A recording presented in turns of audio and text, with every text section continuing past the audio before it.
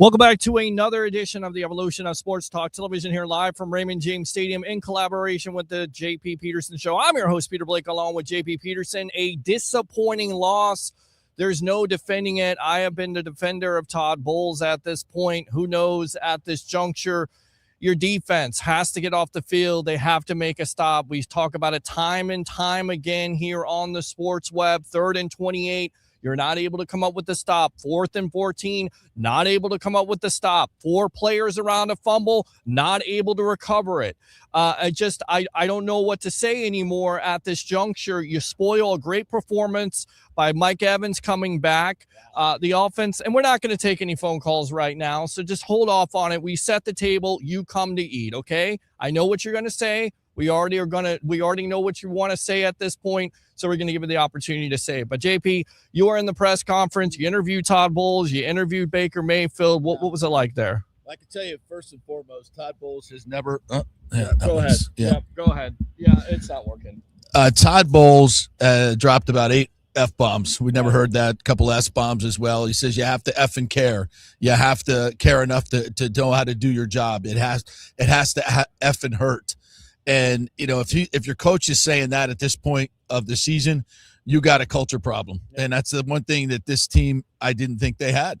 And it's not, they get along great. Everybody's rowing in the right direction. It's all that stuff, but they just do not play with the requisite intensity and fire that you need to play to win games in the National Football League. There is a lack of leadership on this team. There's no question about that. That's why they brought in JPP, supposedly. You know, there were so many ways they could have won this game tonight. It's not just on the defense. You know, the offense had a couple of chances to close this game out. They couldn't do it. Baker Mayfield said, this is all on me. I can't throw that interception late. I got to take the check down. He's correct. I talked to Graham Barton. He said it's on us, the offensive line. It was. They for 6-7 weeks now, they have not been able to pass off stunts and twists and blitzes, and he said it happened again tonight. They just can't fix it. They can't fix it. They're down 2 guards, right, and these guys that they have just can't get it done. And Graham put it on himself. Baker put it on himself. Bowles put it on him. Well, he basically said the guys just don't care enough. And that's it. But that's on you. That's on you as a coaching staff. You got to get these guys ready to play. And for me, and I kind of grilled him on this, you know, first of all, you go up 2 scores. And I literally tweeted it out and said it in the press box. Watch, guys, here we go. Rush 4, cover 2. They're going to go right down the field. 9 plays, less than 4 minutes, right down the field. And Raheem Morris goes for 2. What an idiot. Would have cost them the game. But, right, yeah. And then they get the ball with a chance to go down and win it with a field goal. The Falcons do. So what do we do then? Well, we blitz twice. Mm-hmm. We get a sack fumble. Somehow we don't get on that football. Right. You got to want it enough to get on that football. What are you doing? Hassan Reddick gets the sack fumble on a great blitz. They blitz again. They force an incompletion. It's 3rd and 28. Mm-hmm. They get a holding call, and you could have gone 3rd and 18 there and see. But it doesn't even matter because you know what they're going to do? They're going to rush 4, and he's going to sit in the pocket, and he's going to find somebody for 14 yards for Kyle Pitts on 3rd and 28. You just give up 14 yards. You don't blitz. You just give him 14 yards. Now it's 4th and 14, much more manageable. And what do? You don't blitz again. And he just sits back there and waits for somebody to uncover. And I asked Poles about it, and he's like, oh, well, if you blitz again, they're just going to throw it out to Bijan. He's going to take it for a touchdown. You don't have somebody that can cover that? I mean, it's maddening that every time they get up 2 scores, he takes the foot off the gas and he doesn't stay aggressive. In the last series, he doesn't stay aggressive. How many times do you need to see this when you rush 4 that guys uncover and they make the throw?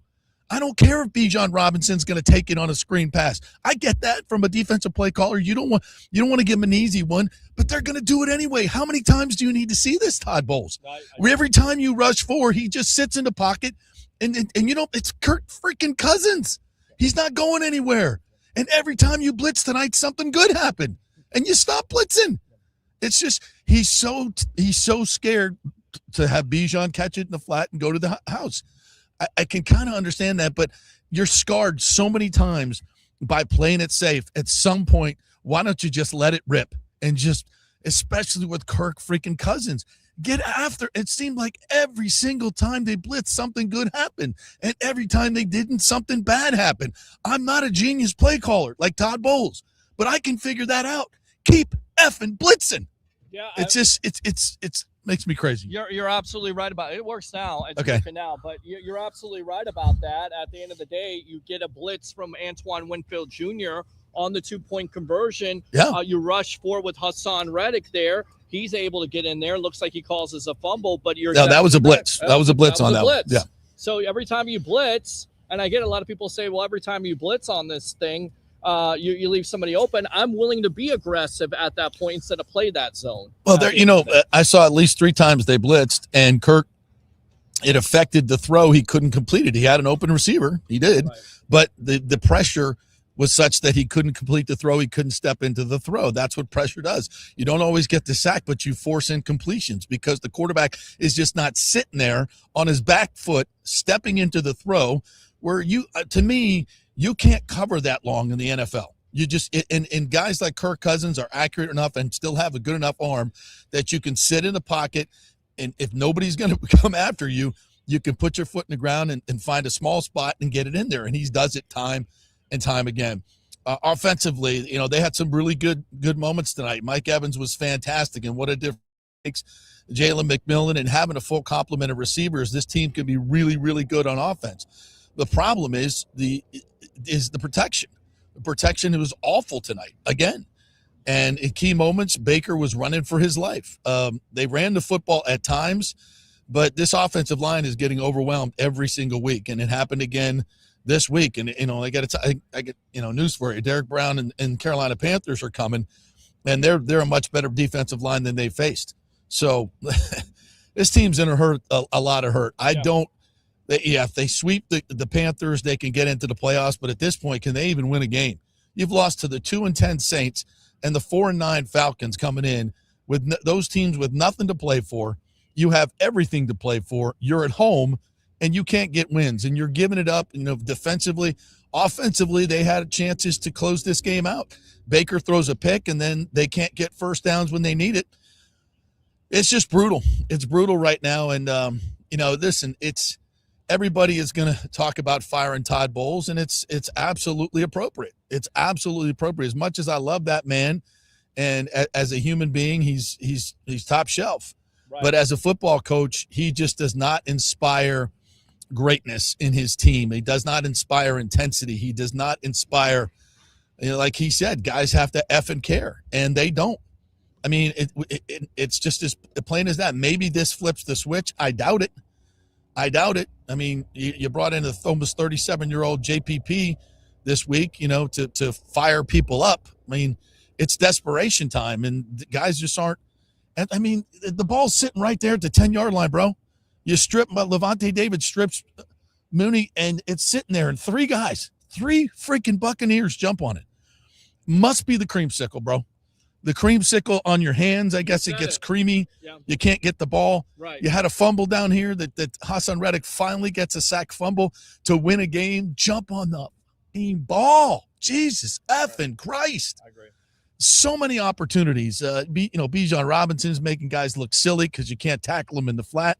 I don't know what the hell's going on with this field, but it was once the best in the league, and Baker's slipping all over the place. Graham Barton told me he was slipping all over the place. That's not an excuse. They're not using it as an excuse. It's I don't know what the hell's going on. Both teams got to play on it. So Jacob Parrish tonight, because we have mic problems, I guess. So Jacob Parrish, he slipped down a couple of times tonight. You're exactly right about this, and at the end of the day, you've got to make the open field tackles, and we saw that tonight. The Bucs got some breaks because it could have been a lot more points put on the board with the wide receiver dropping the ball there. But again, it comes down to 3rd and 28. What are you doing if you're a defense? If your staple of your defense is to get after the quarterback, and we saw Kirk Cousins do this time and time again, and maybe it is a different voice. I don't know at this point.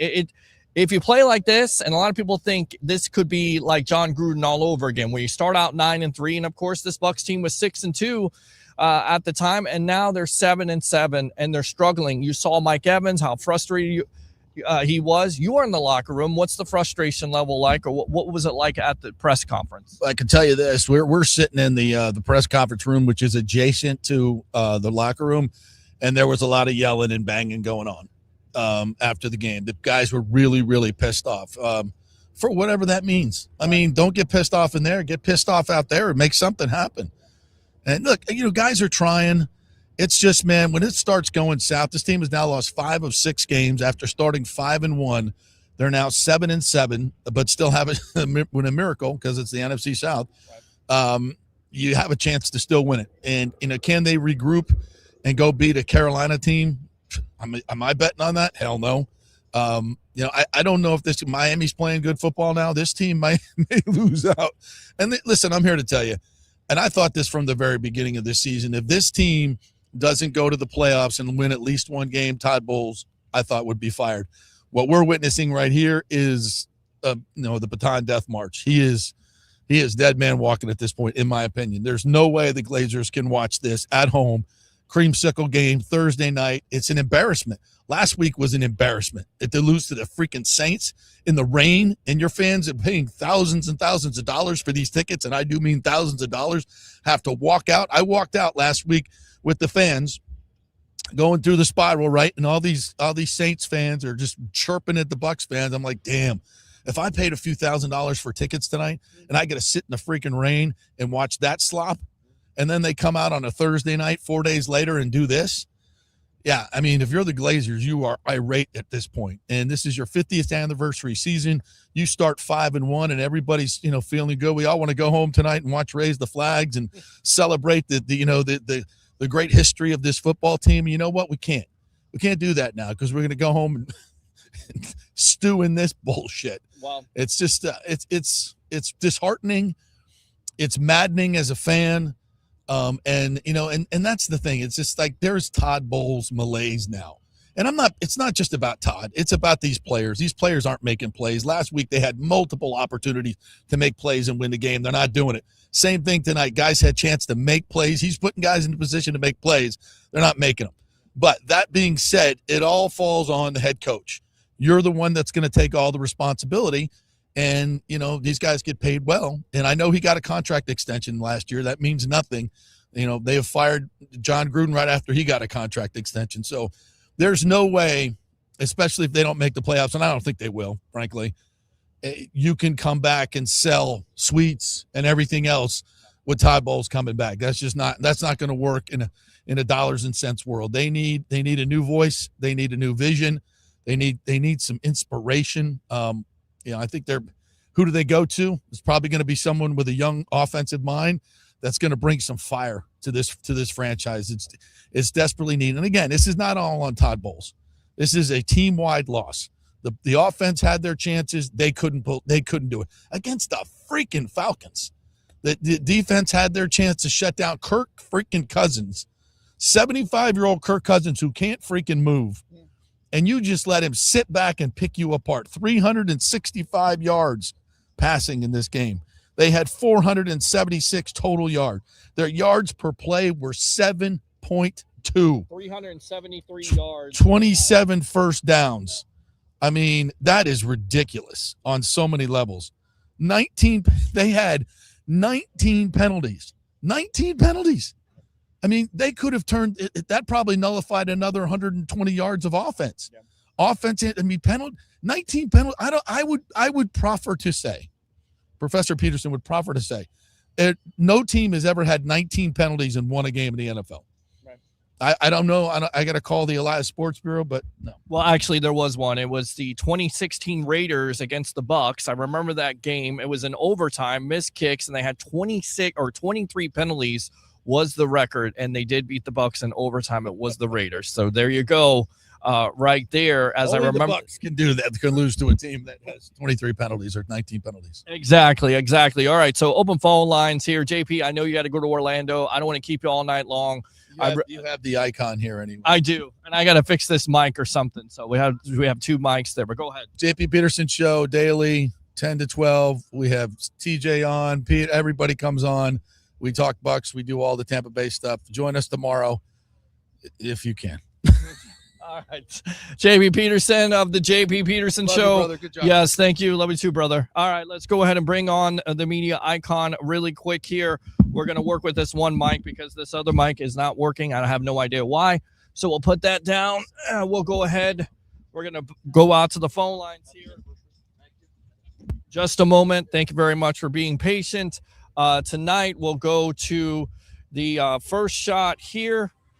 Come on in. Come on. That mic's not working, so we're going to have to do this like we do Buccaneer Radio, the media icon. We're not going to go out to the phone lines right now. We're going to get your thoughts on this, Mr. TJ Reeves of the Buccaneer Radio Network right here after a disappointing loss. Come on in here a little bit closer. I'm going to cut off the phone line. Thank you. Okay. Do what you gotta do. Yeah, I mean, again, 29-28, Falcons win that game in heartbreaking fashion. You have two plays you have to make there. 3rd and 28, you're not able to make it. 4th and 14, you're not able to make it. I mean, what did you see on the field? You were in the locker room there, TJ. Just kind of give the kind of take us behind the curtain, if you will. Well, all right. So there's a couple things, and if you want to put that on, because I know you're getting a little chilly.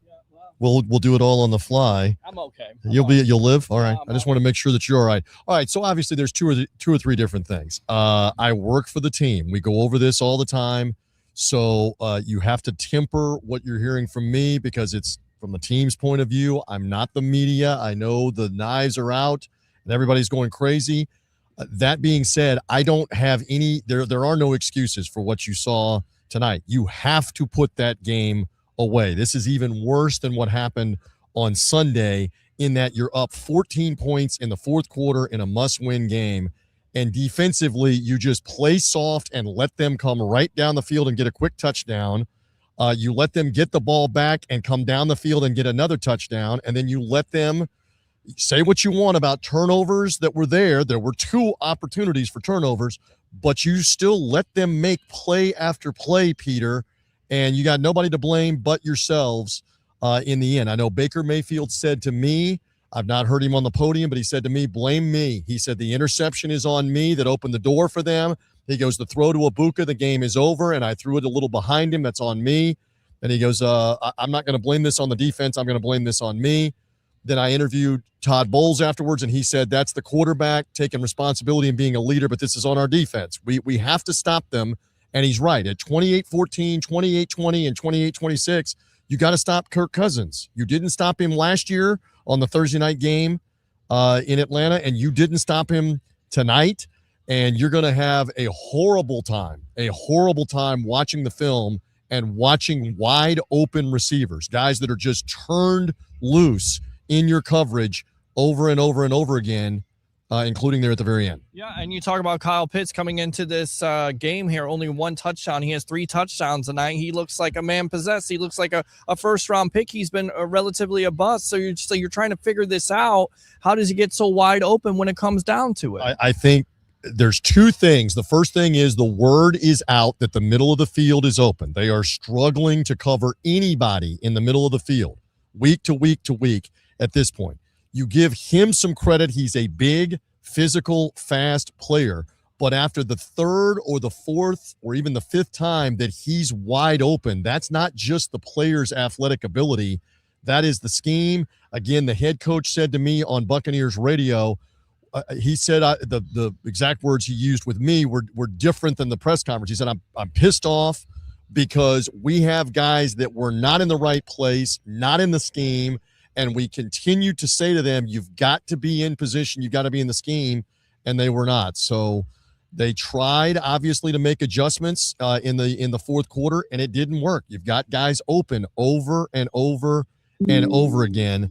I will say this, for Raheem Morris, who was here for 3 years, and Raheem was here forever as an assistant coach, this is a sweet moment with him embattled, and that was classic Tampa 2 defense on the interception on Baker Mayfield, in that you're baiting him with the pass rush and you've got a guy underneath who's just reading Mayfield's eyes and saying, please throw it. And that's exactly what he did for the interception. That was not the whole game, but at that moment, there's about 4 or 5 minutes left. You're trying to burn the clock. It's 28-20. At the minimum, you should get a field goal to be up 31-20. and instead you throw the interception, you give them life, they go to the other end, they get the touchdown, and it's game back on. Yeah, it's game back on. You got TJ Reeves of the Buccaneer Radio Network, the media icon. Open phone lines. We will open up the phone line. 727-255-0391. It's 727-255-0391. There were positives in this game. The defense did make a play or two here to give that Bucs offense a short field. Here comes a phone call. Yeah. Grab your caller.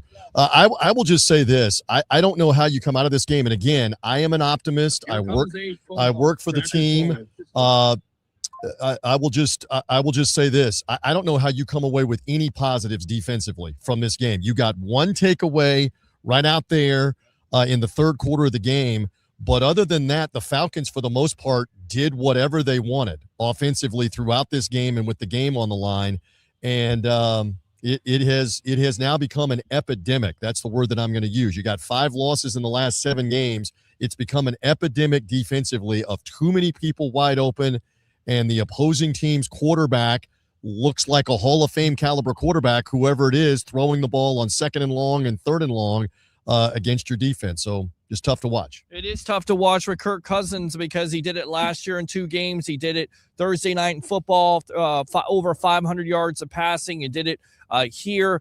You just didn't have enough plays. The positive you take out of this, and we'll get out to the phone lines in just a moment here. Mike Evans, the return of him, 6 catches for 132. What did you see from him? Because a lot of people kind of worried about him also going down on his shoulder. Not sure if it was where he broke his clavicle at that point, his collarbone.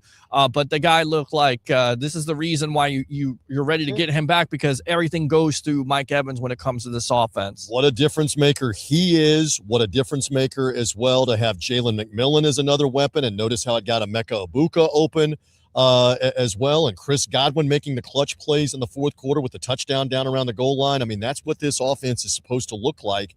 So, yeah, I mean, you're encouraged by that, but at this point right now, you are a wounded team physically, you're a wounded team psychologically with what's going on here. I mean, you had it set up playing 2 bad division teams. You had to win one of the games.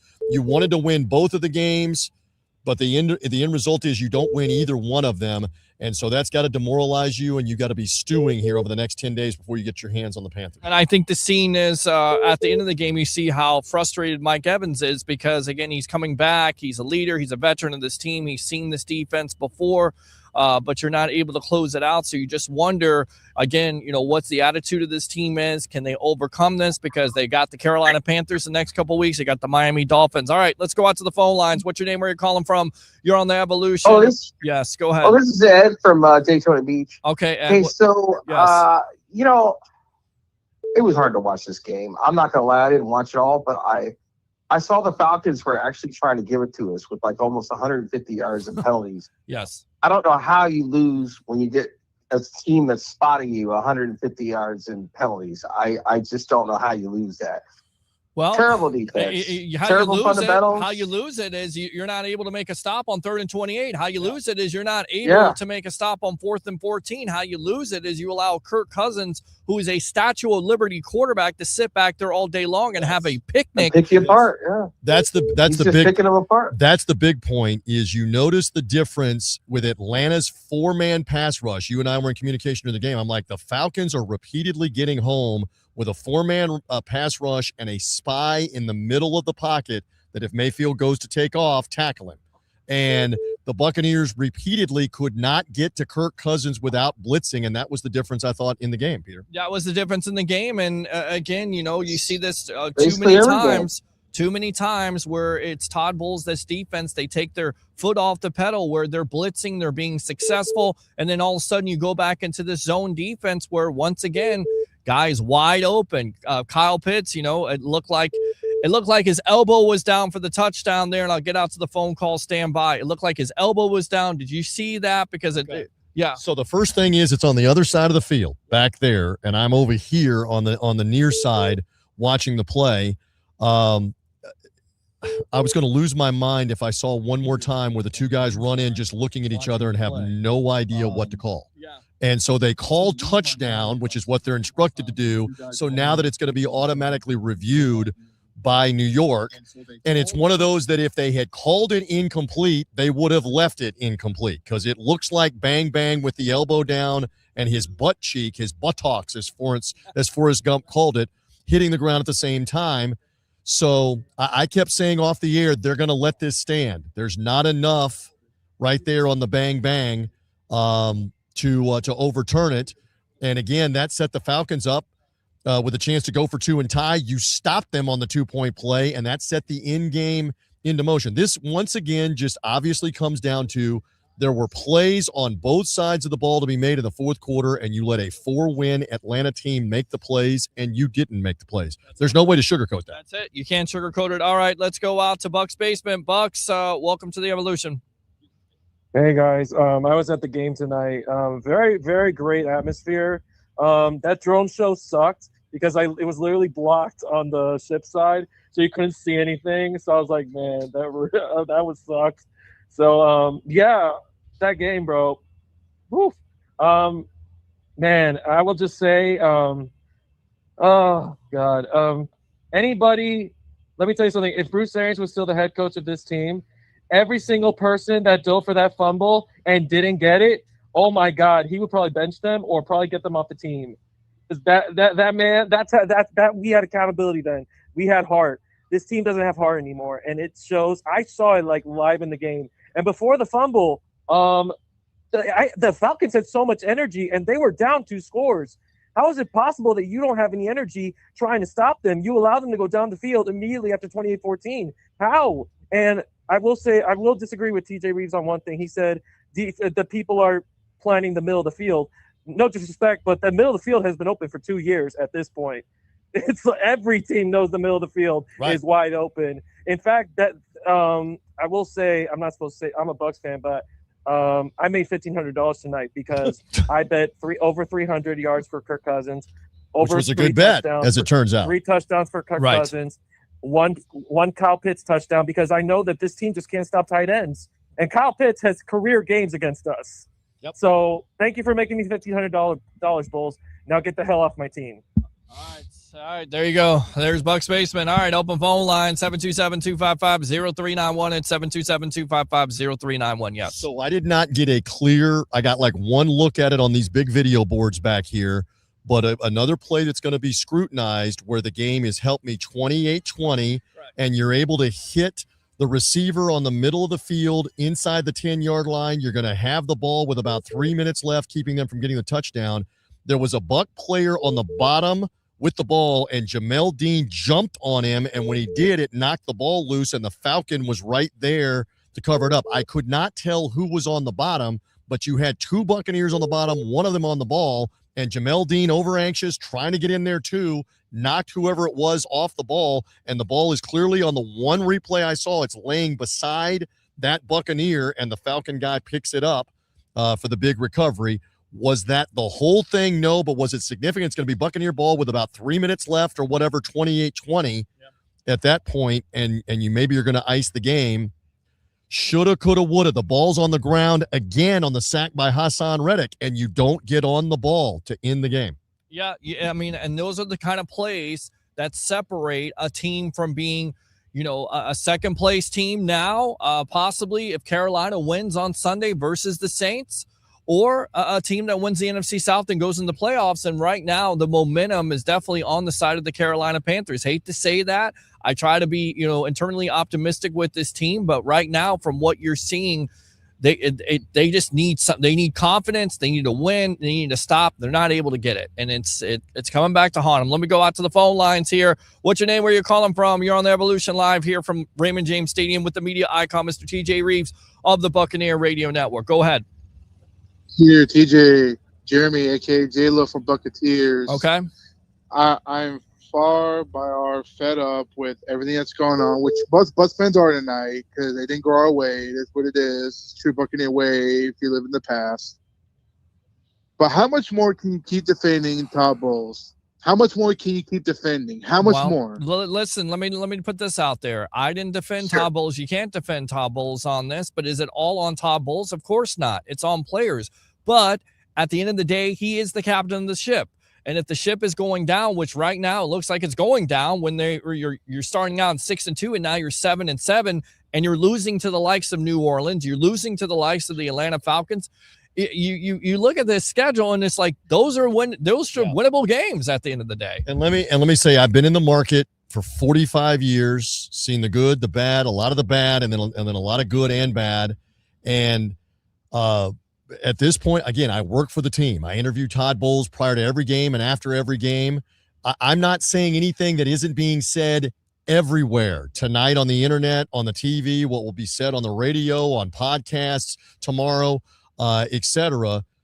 This team is in trouble. This team has lost 5 of the last 7 games and could not figure it out against 2 bad teams. You can't defend that. There is no spin that defends that. The only thing you have left is to try to regroup and go beat Carolina at Carolina. So stay tuned. That's the only thing that you have left. But at this point, for me or for anybody else, you can't defend what you saw out there again tonight. These 2 games were very winnable. You had to win one of them. You should have been able to win both of them. You won neither of them.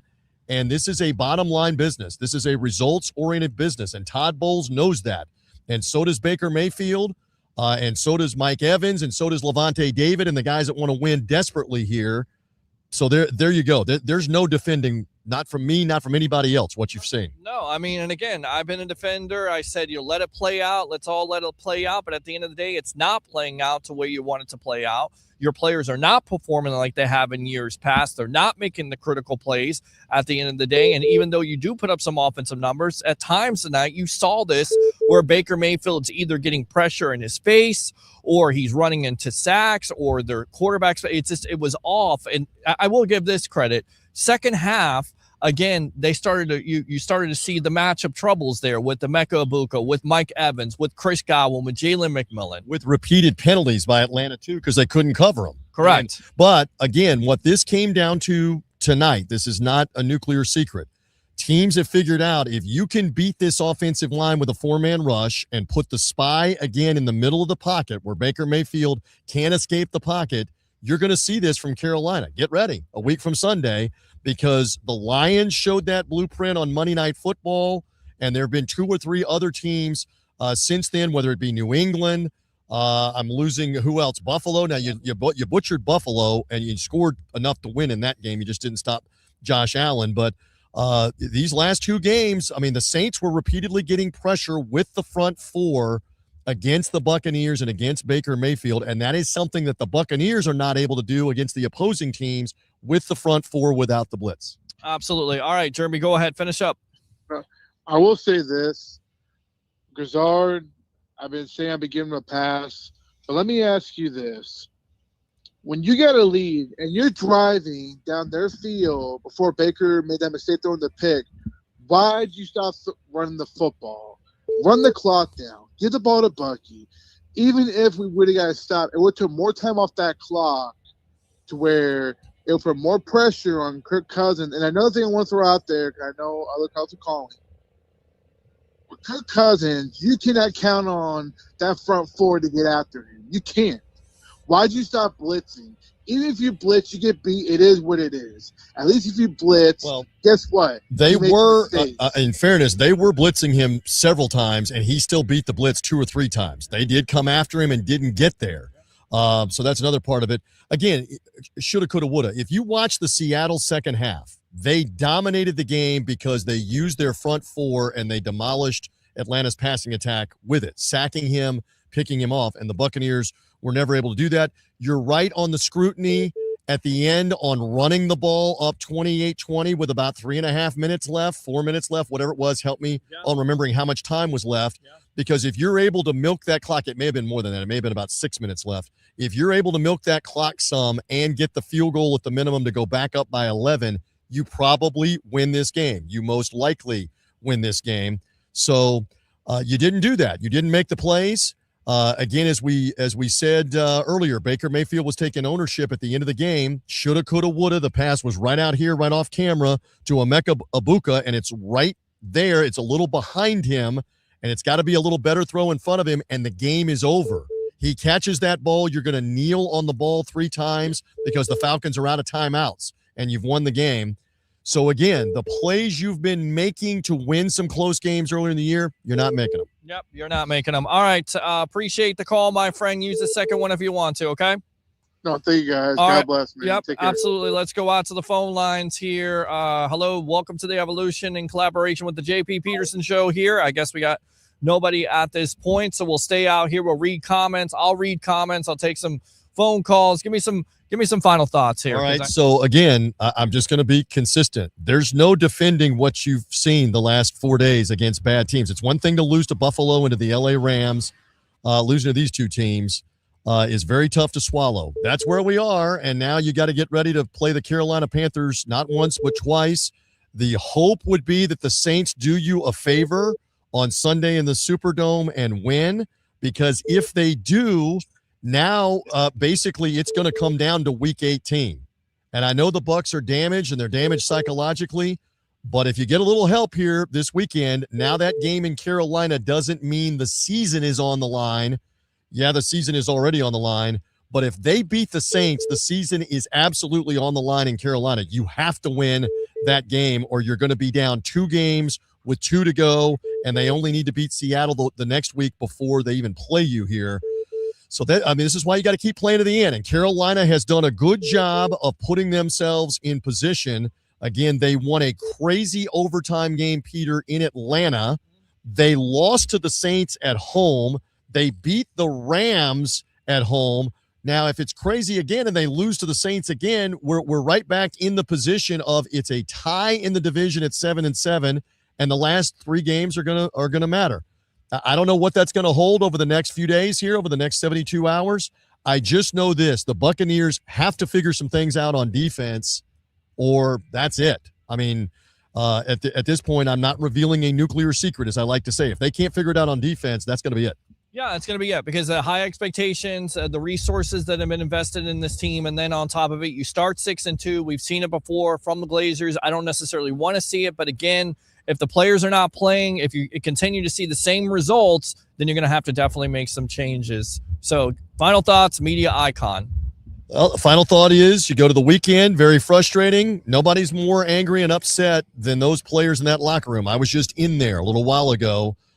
Tonight, where did it all go when you were 5-1 and 6-2? It's a long season, and clearly at this point, the Buccaneers have a psychological problem. They have a confidence problem. I was on JP's show talking about that. They got to get it back. Got to get it back in a hurry. Listen, you do great work. I appreciate it that you're out here. I wanted to come and stay here with you for a few minutes, even after a loss. The guy is doing phenomenal work with the Sports Web here after the game.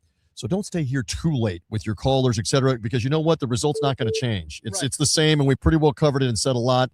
Have a good night. Yes, Buccaneer fans, hang in there. Hang in there. Mr. TJ Reeves of the Buccaneer Radio Network, the media icon. Appreciate you, as always, rocking the creamsicle here. We'll take your phone calls. We'll read some comments. I'll stay out here as long as I can.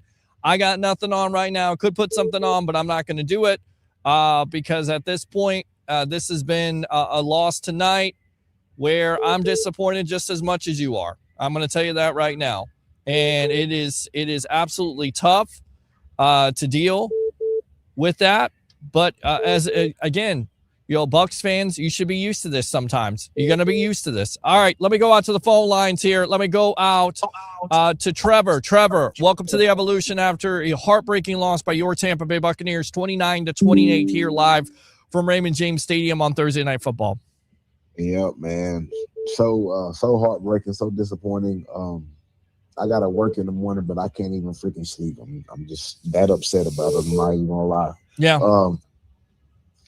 I got to be honest with you, man. I mean, I've been defending Todd Bowles for a while. I have been too. And listen, it's tough. It's going to be tough to defend. You can't defend this. It's flat out no excuses for what happened tonight. 3rd and 28, and then you give up a couple yards. It's 4th and 14. That's very manageable. Defense got to make a play there. Yep. Also, Kyle Pitts. Here's what frustrated me about Kyle Pitts. It's not even the fact that that he got, he beat our players because he's a great player. I think Right. Kyle Pitts is a great. I mean, he hasn't had a great season. We always make him look like the second coming of Ron. He's Gronkowski, right. He's a first round pick. He's Tony Gonzalez all over again in an Atlanta Right. Falcon uniform. It's crazy. It's nuts. It's But- complete. And guys, hold off on the. I love the calls here. Stand by, Trevor. Hold on. Hey, Okay. hold on, Craig from Las JP. Vegas. Stand by. We're going to finish All right. up with Trevor here, and then we'll come on to you. Okay. All right, brother. Got you. All right. Okay, Trevor, go ahead. Yeah, the thing that frustrated me about Kyle Pitts, basically cooking us is the defense looked lost. It's not even the fact that they were just out there competing, trying to stop him. Like on that second touchdown, it looked like he was just jogging, and then he just ran and got open. Like the defender didn't even know, oh, I should cover him. Like, what the hell is that? You know what I mean? It's like they don't know. It's like they're lost out there defensively. And if they're lost, that falls on Todd Bowles. It's like, what's going on, bro? Yeah. Like what are we doing? Yeah. You know what I mean?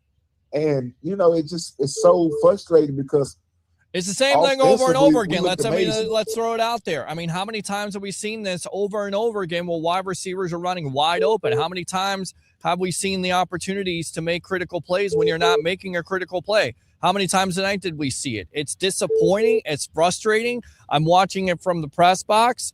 You can't put your finger on it because there are times where this Bucs defense can get pressure. There's times where this team can cause turnovers, and then there's times where they completely just look lost at the end of it. So it's disappointing. You had an opportunity here. You had a schedule where you beat the Saints. I get it, they're a rival, but that's a beatable team. You got to beat them. Absolutely Guys, hold it off is. on the call. I know you're calling in, but just stand by here. We got two phone lines here. Just stand by. We'll get back to you guys in just a moment. But you have the Saints, you have the Falcons. You should beat both of those teams. They're winnable games, and you're not able to win them. And because you're not able to make critical plays at critical times, especially in the fourth quarter when it comes to clutch time. Trevor, anything else?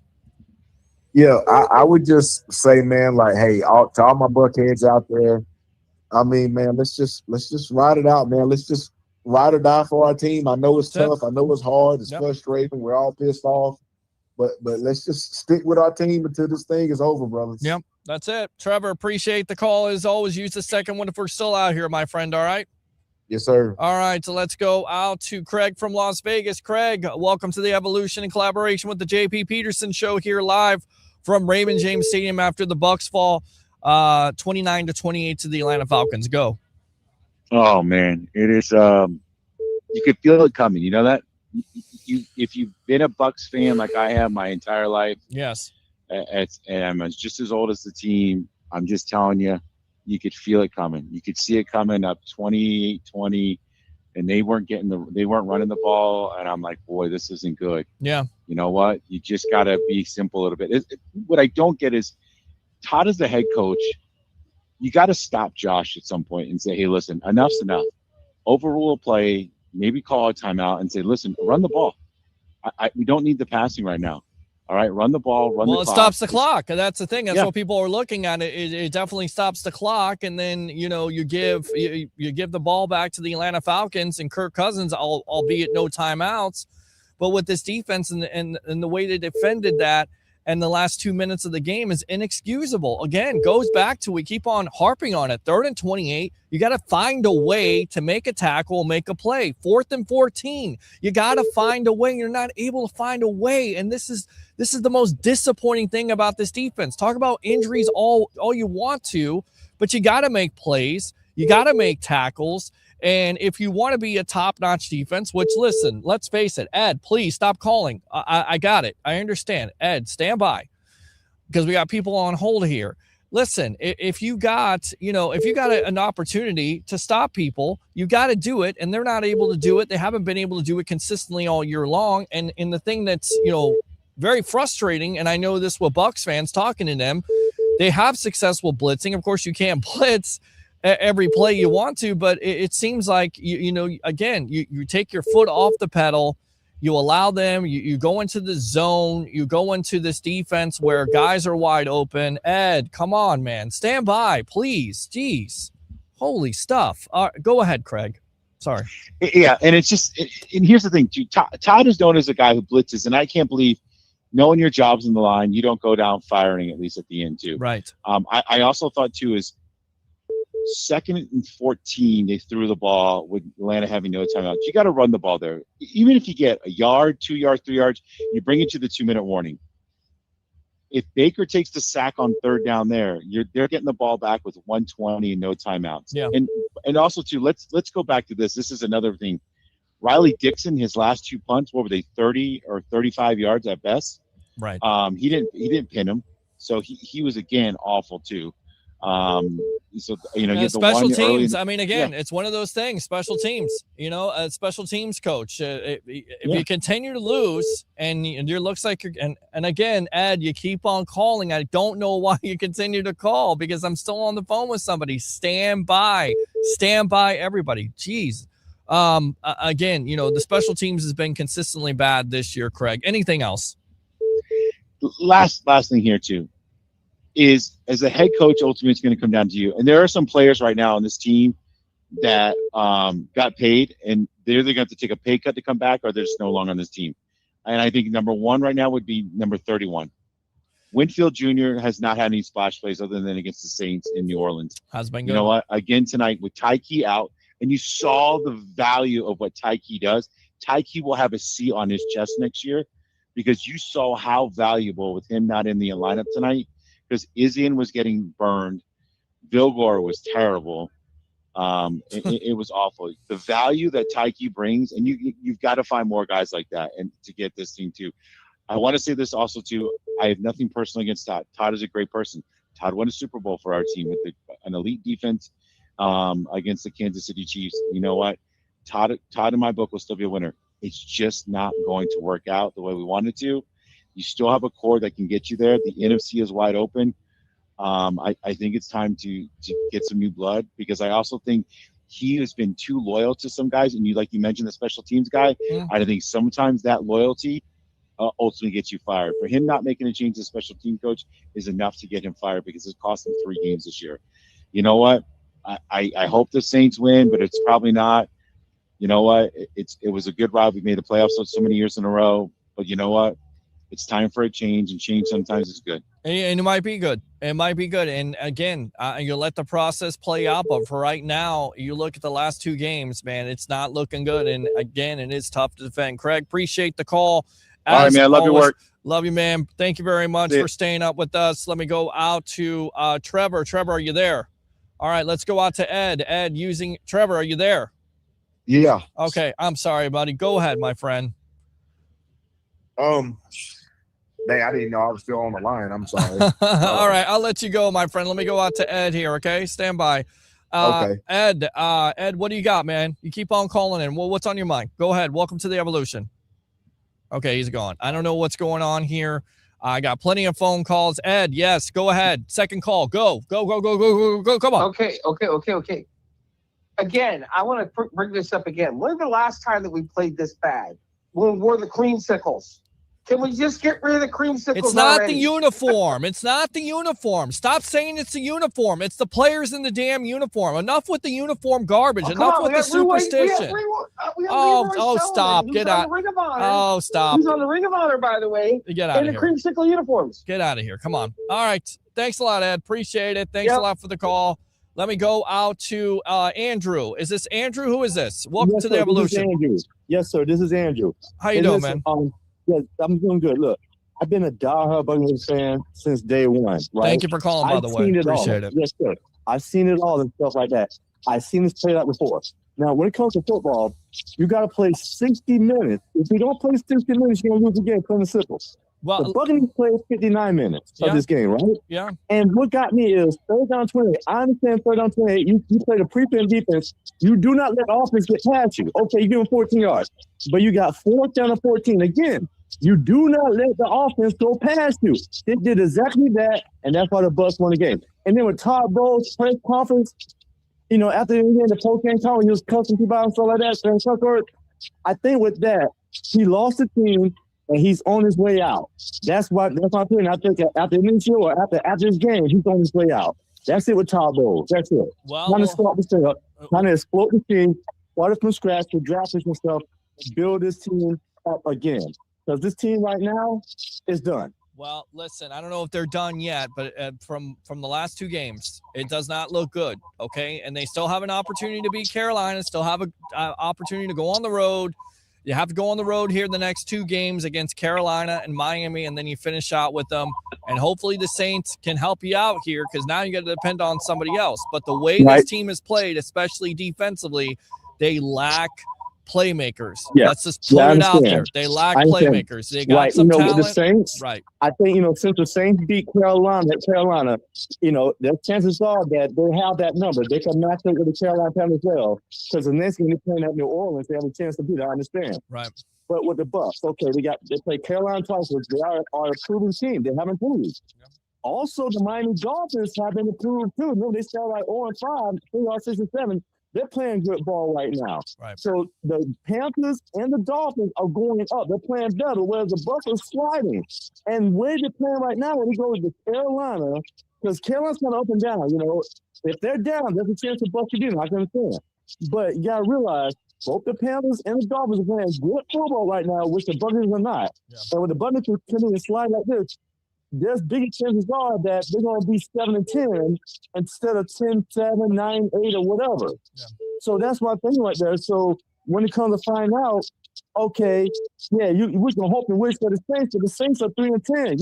They're up and down team themselves, maybe they're down. Right. So we can't hope for the Saints to beat the Panthers. It's really on us, the Buccaneers, because we still trying to control our destiny. We just have to win out. But chances are, after we saw this game, how they slide in the last 2 minutes. I don't know, man. I don't know either. And listen, I'm the attorney. You watch this show, Andrew. You know how Andrew. You watch this show. You know how much I'm an eternal optimist. It's tough right now to sit here and say, in the next week and a half, that this Bucs team is going to be able to come out here and beat a Carolina team that by all accounts is improved and is improving and is surging right now. Compared to this Bucs team right now, it looks like they're going in the opposite direction. Andrew, appreciate the call. I think it's your first time. Sir. Yeah, keep on calling, my friend. Yeah, absolutely. Go Bucs. Appreciate it. As always, somebody else is calling in here. We'll get to these comments in just a moment. As again, your Tampa Bay Buccaneers fall in heartbreaking fashion to the Atlanta Falcons, 29-28. They are now 7-7. The Carolina Panthers are up next. Let's go out to the phone lines. What's your name? Where you calling from? You're on the Evolution in collaboration with the JP Peterson Show. Go. Hey, it's Jim calling from Tampa. What's up, Jim? How you doing? Good. Hey, just wanted to remind you. Look, the Bucs stink tonight. Baker with a bad pick. I didn't like the play call, 2nd and 5 for big field. Yeah, horrible play call, but it was. But the defense can stop them once in a while, and they didn't. But here's the thing: it's probably unlikely, but we keep talking about Miami. It doesn't matter if the Bucs beat Carolina twice; they win the division. That's all I got. That's it. Well, listen. I appreciate that. You're exactly right. But where's the win coming from? Where is that defensive stop coming from? Love Levante David, but I think he's lost a step, right? Father Time is undefeated. Tyke Smith is out. He was our most consistent playmaker. He's not in the game. Antoine Winfield Jr., not the same player. Don't know if it's injury. Don't know what it is. He's not the same guy. The middle of the field is wide open. Jamel Dean was hurt tonight. He's out. He's back in. Jacob Harris falling all over the field. He's a rookie at this point. Benjamin Morrison was a healthy scratch tonight. Where's it coming from? And then your pass rush is very inconsistent. You saw flashes of it. You saw Yaya Diaby make a play. You saw Hassan Reddick make a play, but you don't see enough of that for this team. So as much as you want to sit here and say, and I'm the same way, you can win this division by beating Carolina in the next couple games here. I don't know where it's going. I don't know who steps up. I don't know if it can happen.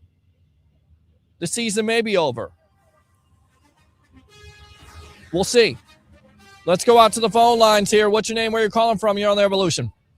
Hey, what's up, Peter? This is Tristan.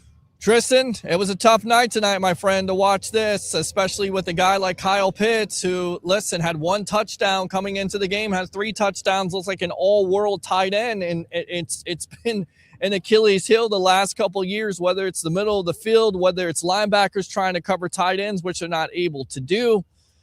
I don't know where you go at this point. Too many wide open receivers, not enough pass pressure. We talked to Dwight Smith about it the other day. You know, how much a pass rush can be makeup for the guys on the back end, especially your linebackers. You're not getting that. And right now, everything is being exposed. Hey, can I tell you 2 things? First thing, I have the luxury of having Kyle Pitts on my fantasy football roster. Well, congratulations. And he did well tonight. Well, no, he put up 53 points today. Well, there you go. But throughout the rest of the season, he put up 8, 9, 10 points a game. Right. And I'm out the playoffs, so it means nothing for these 53 points he put up today. Right. But the second thing I like to say, man, and I know everybody wants to blame us as a defensive, for the defense failing and everything like that. But at some point, we have to recognize that we're an offensive football team. We are. And listen, your offense tonight is up 28-14. I will say at some points, you know, you're down 14-13. There were times in that first half where you're like, what the hell are we doing here? What's going on? You don't have an identity. You want to run the ball, and then you take out Bucky Irving. You go with Rashad White. You go with a hot hand. You get out of the running game. You know, what I particularly liked is when you go pass play action, 2 first downs in a row, and you throw it up to Mike Evans. You get Mike Evans. And I've always said this offense goes through Mike Evans. It's amazing how you put up big-time numbers tonight when you get your full complement of weapons into Evans and McMillan and Abuka. And still, it's not enough because you commit that turnover, which Baker he'll take credit for. We heard it from TJ. We heard it from JP. He's upset about it. Maybe it's a bad play call, but you can't have that interception at that point. You have to be basically perfect on offense because your defense is that bad. And that's a problem. And yes, you're going to have to outscore teams. And the problem with that is we know that playoff winning football. How long we watch football here, Tristan? How many years have we watched football? Oh, man, I'm 35 plus myself. I agree. I'm 38, 39 years of watching football. That's why I got so much gray hair. I was talking to J.C. Allen in the press box. The reason why I got so much gray hair is watching this Bucs team. The reason why I got so much gray hair is watching games like this where your defense has an opportunity to make a play and they don't make a play. And your offense, you know, gives the team the short field there, and your defense can't stop it. And is it all on the defense? No. Is it all on the offense? No. Is it all on the special teams? No. It's a full team effort, but you nearly have to be perfect, even against bad teams, to not turn over the ball. That's how bad your defense is. Well, I get it. Again, Peter, I'm not clamoring for the defense. I'm not saying, well, the defense did this, the defense did that. Yeah. But there is one thing I'd like to point out throughout this losing streak that we've been on the last 6 games. Baker Mayfield has not played necessarily well. He has not played that well. I agree with you. There's a direct correlation. Now we can look at the completion percentage. Yep. Games 1 through 6, he had a 65% plus completion percentage. Correct. The last 6 games, he's averaging about 51 to 52%, which is sub-average for the NFL league. Whether he's hurt, whether it's the interior offensive line, which you saw Graham Barton. I think Graham Barton has regressed.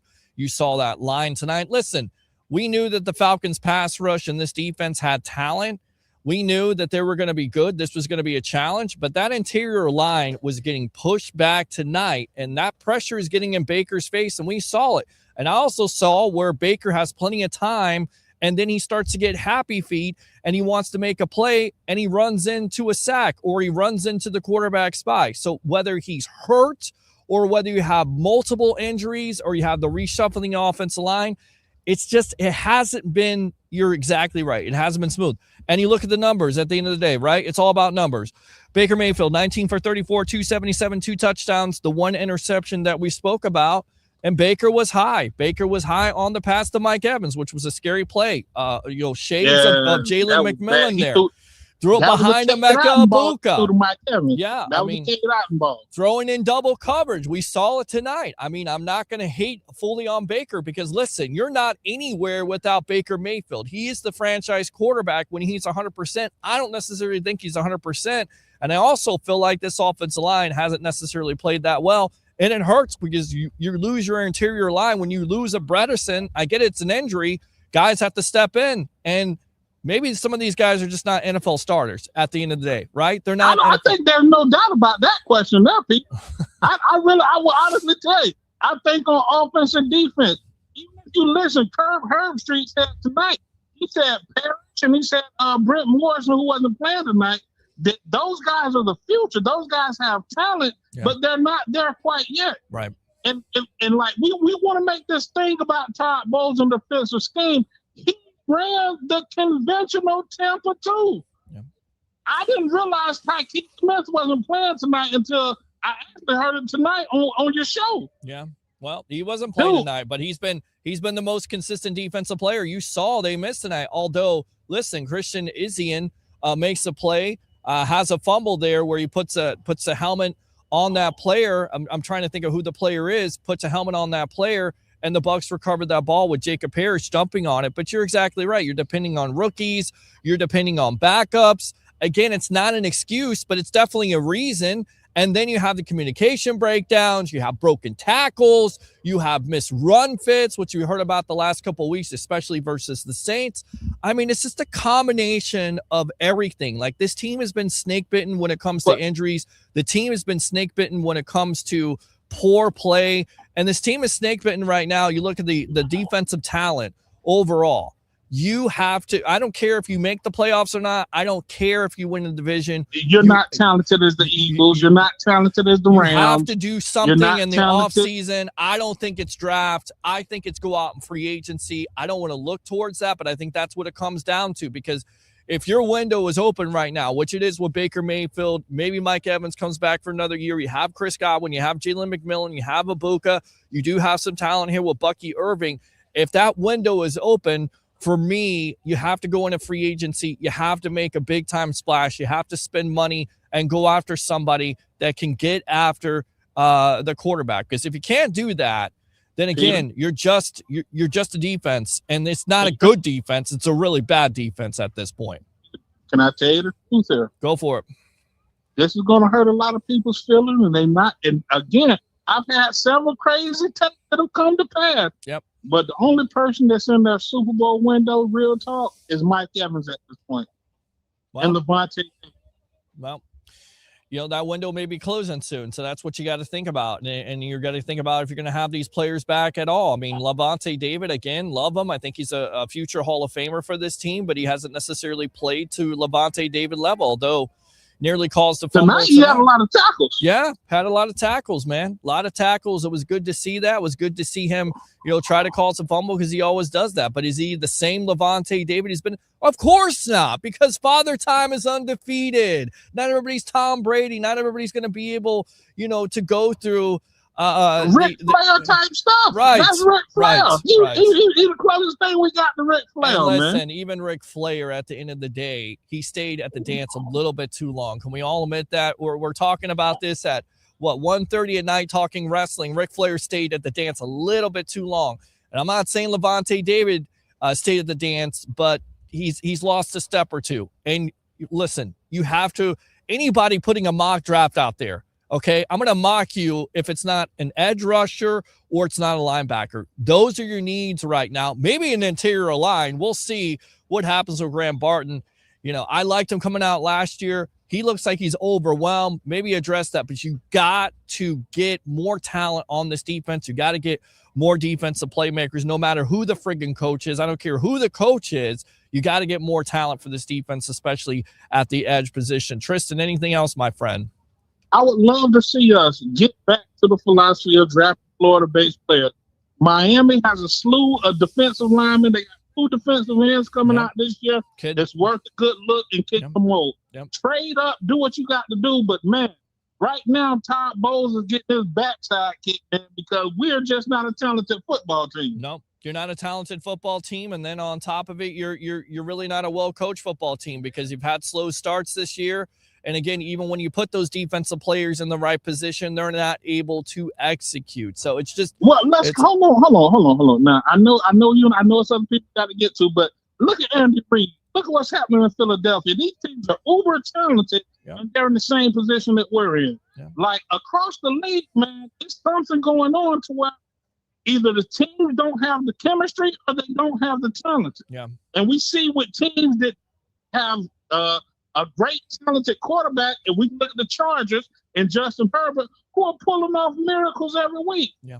Then you can look at the Washington Redskins, who were in the NFC Championship game last year, and they're trash. They're trash. Then the Chiefs are the last 8 years have been considerably one of the best teams in the NFL, and they may not make the playoffs this year. Yeah.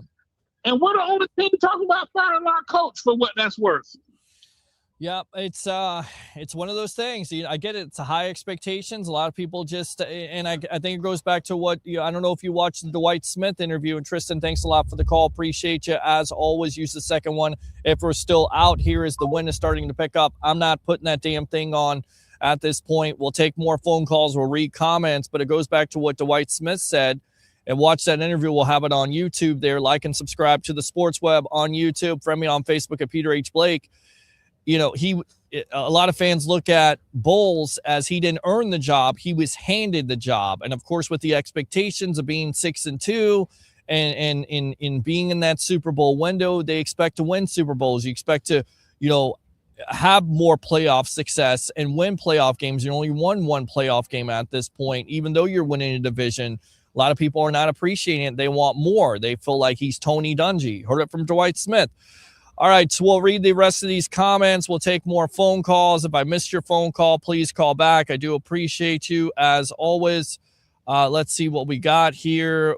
I think we got pretty much every phone call. So if you want to call in, you can. I do appreciate you staying up with me here at 1:35 in the morning live from Raymond James Stadium after your Tampa Bay Buccaneers fall to 7-7. They lose to the Atlanta Falcons 29-28. I know it's unbelievable. It's very frustrating. I'm very frustrated, but I'm not losing hope. And I know there's a lot of people who just want me to go nuclear and say fire Todd Bowles and all this and change up everything. I'm not ready to give up on the season yet. I know it doesn't look good. What you saw tonight doesn't look good. What you saw the last 2 weeks doesn't look good. Doesn't look good, doesn't feel good, doesn't smell good. And listen, if you play like this, you're going to lose both of those games. You're going to lose every game this season if you play the way you did. Just put it out there. Kirk Cousins did it again. You owe me a pizza. I told you, acknowledge me. You got your pizza. Roger Shue there.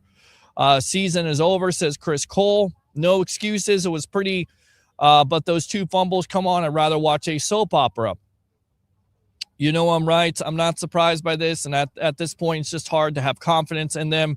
Flip the switch next week on Beyond. Sorry, Peter. It's okay. It's all right. We got you covered. If you want to come out to an away watch party, Tampa Joe's 93-16, Bucs fans, get out there, support the evolution of sports talk television. I'm going to be out there no matter if they win or lose. We're going to be taking your phone calls. We'll read your comments. Facebook stars are open, YouTube super chats. It doesn't matter. We got you covered here on the Evolution in collaboration with the JP Peterson Show here. Open phone line 727-255-0391. It's 727-255-0391. Just wow. Absolutely. The team is lost. Agree. Peter will say it's not over. Bucs fans get mad. All of us. If the Bucs have a chance of winning 2 games against Carolina when they can't even beat the Saints or the Falcons, Todd Bowles needs to go. Been saying Todd needs to go, but Peter will white knight for the man.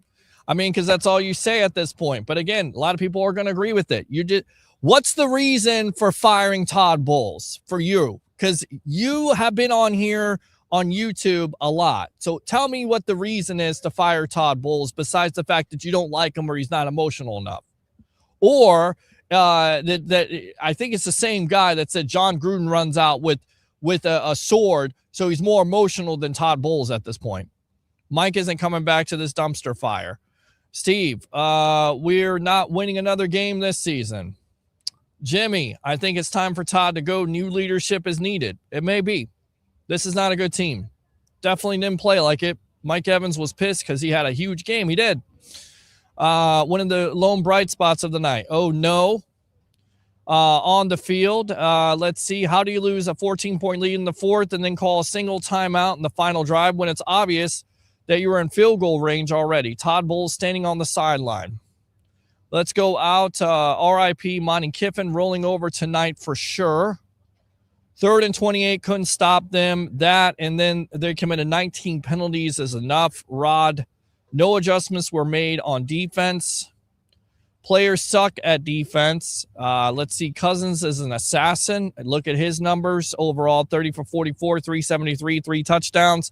He is definitely a Bucs killer when it comes to playing against the Bucs, whether it's with the former Washington Redskins, you like that, with Lovie Smith, or with the Atlanta Falcons against Todd Bowles in this defense. Let's go out to it's time to start a new era. Todd Bowles should finish out the season, then go enjoy some time off. This team can't win another game. They don't look like they win another game. Honestly, this doesn't need to win the NFC South because they are not a playoff team. The fool's gold at this point. It's time to make some changes with coaches and players this offseason. I think there's going to be lots of changes. There's going to be lots of evaluation. We always go back to it. It'll all work out in the wash. I know everybody wants to see Todd Bowles go, but you're not only going to see Todd Bowles go, you're going to see everybody go. You're going to see players not on this team anymore. Everybody's going to be evaluated if you continue to lose games. Period. Firing Bowles is the best course of action. Well, I'm just going to listen tonight. Bucs had their whole offensive weapons and still lost. Thank you, Todd Bowles. I thought the Bucs New Jerseys would be the ugliest thing and I saw tonight. The Bucs said, hold my beer. I think you're talking about the Bolts. 373 yards of passing. I hope the Bucs don't make the playoffs, so Bowles gets fired. Plus, the Bucs don't even deserve to be in the playoffs. At least Carolina has been consistent in the second half. This is a team, again, that's lost to the Saints. This is a team that has been somewhat inconsistent. It is the National Football League. It is a week-by-week league. So to say, well, the Bucs don't deserve it, they haven't played like it the last 2 games. They haven't played like it after the bye week. I get that. But Carolina's had their fair share of losses too, Mary Poppins. Let's see. Totally unacceptable. Agree. Just fire Bowles already. What must be done eventually should be done immediately. It's not going to be. I'm sorry to tell you, it's not going to happen. It's not happening tonight. It's not happening tomorrow. It's not happening on Saturday. It's not happening on Sunday. They're going to play out the season.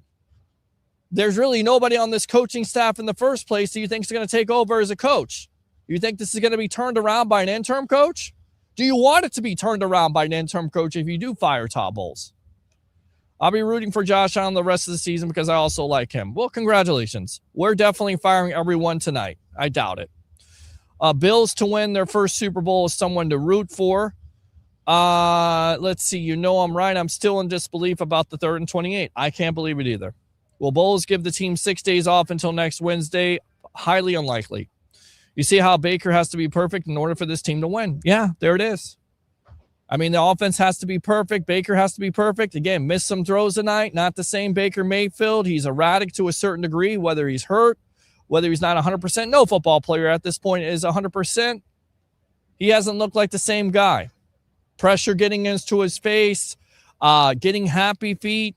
But he took full blame for the interception tonight. He's a team leader. He's going to go where the Bucs go. He's going to go because this defense isn't going to stop anybody. I'm sorry, there's not. It's tough. It's tough to watch. It's tough to say, but it happened tonight. Is Bruce thinking about another return? Just asking. I have not heard that. Bowles tap dance JP's question about his defensive play calling at the end that lost the game because once again they gave Kirk effing Cousins all day. They did. Fire Bowles. I got to go to bed soon. I appreciate you tuning in. Can't wait for them to make excuses for Todd Bowles. Katone, listen. I know how you feel. You have said absolutely nothing positive about the Bucs this year. I know you can't stand Todd Bowles. I know you can't stand anybody on this team. I can't even imagine why you still watch this team, because you're one of the most miserable fans out there. There are people on, and I'm sorry, like I like you as a fan, but then there's a side of me that's like, you know what? Does this guy say anything positive about this team? And you've been doing this for the last couple of years. So your Atlanta Falcons won. You picked them to win the last couple of years. Congratulations. I honestly have no words for 19 penalties for 125 yards and lose. No words. Bulls defense now ranks 25th in the NFL, averaging 349 yards a game. I am done with this team. I've been a fan since 76. Season ticket holder for many years. I've never felt so down on this team. Come on. You've been a fan since 76? You watched the first 2 years of this team go 0-26, and this is the worst that you ever seen? Come on. Little over dramatic here. Little over dramatic. Just a little bit. Just saying. Todd knows he's getting fired. Joshua, we aren't a good team. I can't make any excuses anymore. Started off 6-2. Now we can't beat a team beating themselves. 20-something penalties. We can't come out with a W. We can't win versus a team with no playoff chances. They wanted it more. Mike, worst loss of the season and a must-win. No excuses. Agree. All this emulated by the head coach. Michael, Baker is costing himself a lot of money. Baker looked odd in his post-game interview. Not sure what it was. RIP Bucs season, says Mike D. Roche. Who cares at this point? It's obvious we are mid to slightly below. Megan, if they can't fix it, isn't that the coaching? When is it on the coach? It's always on the coach. It's on the coach. We said it's on the coach. When is it on the players? That's what I want to know. Catone, when is it on the players? When is it on the players? When is it on the players? Why is it always on the coach? This fan base is all about the coach all the time. You run Tony Dungy out of here. You run John Gruden out of here. You run Raheem Morris out of here. You run Greg Schiano out of here. You run Lovie Smith out of here. When is it on the players? How about that? I'll ask that question. When is it on the players? Like, not defending the coaching, but when is it on the players to make plays? They get paid to make plays. When is it on them? Why is it with this fan base it's always on coaching? Why? He lost the team. He may have. Todd Bowles is horrible play calling. He's making all the play calls. I get it. 3rd and 28, 4th and 14. That's the most pissed I've seen Todd Bowles. Lots of turnovers in this game. Joshua, Falcons couldn't even score a touchdown last week. They looked unstoppable versus us. Most of the game erased the penalties. Atlanta stops us. Maddening is correct. Mike COC, that's what it sounds like. Mike, he's lost the team. Bruce, straight up soft zone garbage. Risk it for the biscuit. Pound the rock. I get it. And Grizzard, why are you throwing it instead of running it to try to run the clock out with 2 minutes left? No understanding. Falcons tight end Pitts tore it up. Ron Bucks, fantastic. McCleary. Steve Mike, I bet he may not get fired still. If the Falcons do score quick, at least the Bucks would get the ball back. David, y'all Todd Zone Bulls lovers, don't be jumping ship. Stiffen your backs. Don't bend. Ben Cornett, no excuses whatsoever to lose a team who had 19 penalties. Agree. Let's be honest. We weren't doing anything this season anyway. That was painful as hell to watch. Was hoping for 2 W's this season in the creamsicle. Not happening. If that's not there for the coaching, Ron, Ben Cornett, this team is a complete joke to collapse as they have. The Bucs are absolutely atrocious in prime time. If the Falcons don't commit a zillion penalties, this game isn't even close. Every Bucs fan knew that the Falcons were going to convert on that 4th and 14. Even if they win the division, it's one and done. Who's actually surprised we lost despite being up 28-14? If you're all surprised, you are slow. Can people finally admit that Todd lost the team weeks ago? Let's see.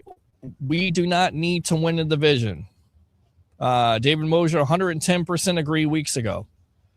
So the solution was to continue to blitz a 14-year vet. Did you see what happened when you left guys on the island? True. There you go. The last pass by Cousins was 4th and 14. He threw a dart to top of the receiver's hands for the win. David Moser, yes. Ben Cornett, by the way, Bucs are 3-4 at home this season. Yeah, it hasn't been good. Has not been good. Supposed to be a home field advantage. Great atmosphere tonight. You have the 70s and 80s creamsicle going on. Disappointing. I would gladly accept an overhaul. Well, listen, let me tell you. If it's an overhaul, it's going to be a little bit of time, okay?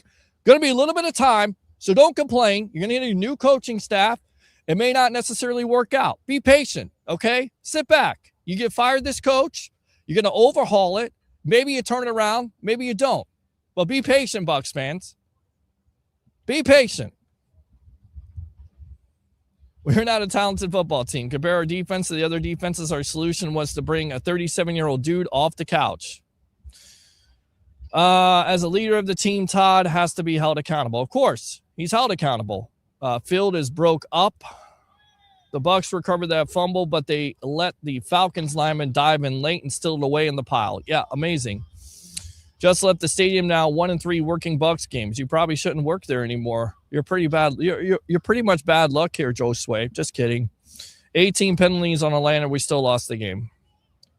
Zion got hurt. That was a blessing. It cost us a touchdown on an offsides call. That was another thing, another mental mistake, right? Whether that's on coaching, whether it's on players, you can't be offside. You can't be offside on the field goal kick there because it changes the complexion of the game. And then, of course, at that point, the Falcons tie the game up. Reddick was a bad signing. Jason Light tried to recreate the Shaq Barrett type of signing with the Sun. Get him for cheap. Hope he can be a steal. Let's go out to Ron Ben Cornett.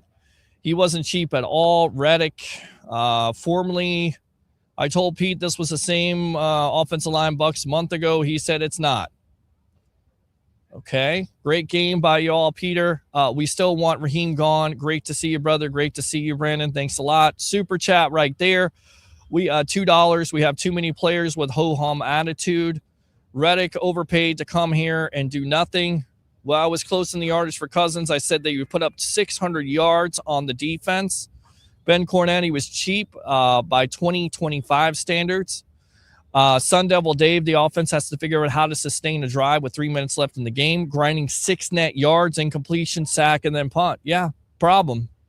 Keep on running the ball. Why stop running the ball? If you want to question playmaking or play calling, Josh Grizzard definitely deserves some blame on that. Very questionable play call.